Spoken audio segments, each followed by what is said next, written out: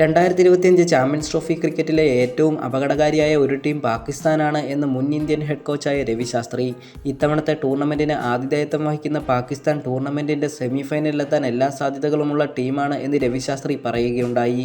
പ്രത്യേകിച്ച് പാകിസ്ഥാൻ്റെ പേസ് അറ്റാക്കും തങ്ങളുടെ നാട്ടിൽ കളിക്കുന്നതിൻ്റെ മുൻതൂക്കവും അവരെ ടൂർണമെൻറ്റിലെ പ്രിയപ്പെട്ട ടീമാക്കി മാറ്റുന്നുണ്ട് എന്നാണ് ശാസ്ത്രി പറഞ്ഞത്. ഇത്തവണത്തെ ചാമ്പ്യൻസ് ട്രോഫിയിൽ മികവ് പുലർത്താൻ സാധ്യതയുള്ള ഒരു ടീം പാകിസ്ഥാനാണ്. കഴിഞ്ഞ 6 മുതൽ 8 മാസങ്ങളിൽ നിശ്ചിത ഓവർ ക്രിക്കറ്റിൽ തകർപ്പൻ പ്രകടനങ്ങളാണ് പാകിസ്ഥാൻ പുറത്തെടുത്തിട്ടുള്ളത്. മാത്രമല്ല ദക്ഷിണാഫ്രിക്കൻ മണ്ണിലടക്കം സമീപകാലത്ത് ശക്തമായ പ്രകടനങ്ങൾ കാഴ്ചവെക്കാൻ പാകിസ്ഥാന് സാധിച്ചിരുന്നു. പരിക്ക് മൂലം അവർക്ക് തങ്ങളുടെ പ്രധാന താരങ്ങളിൽ ഒരാളായ അയ്യൂബിന്റെ സേവനം നഷ്ടമായി. അവനൊരു നിർണായക താരമായിരുന്നു. എന്നിരുന്നാലും അപകടകരമായ രീതിയിൽ മറ്റു ടീമുകളെ നേരിടാനുള്ള ഡെപ്ത് ഇപ്പോഴും പാകിസ്ഥാൻ ടീമിനുണ്ട്. മാത്രമല്ല മത്സരം നടക്കുന്നത് അവരുടെ സാഹചര്യങ്ങളിലാണ് എന്നത് പ്രധാനപ്പെട്ട കാര്യമാണ്. എന്തായാലും പാകിസ്ഥാൻ ഇത്തവണത്തെ ചാമ്പ്യൻസ് ട്രോഫിയുടെ സെമിഫൈനലിൽ യോഗ്യത നേടുമെന്ന കാര്യത്തിൽ എനിക്ക് സംശയമില്ല, ശാസ്ത്രി പറഞ്ഞു.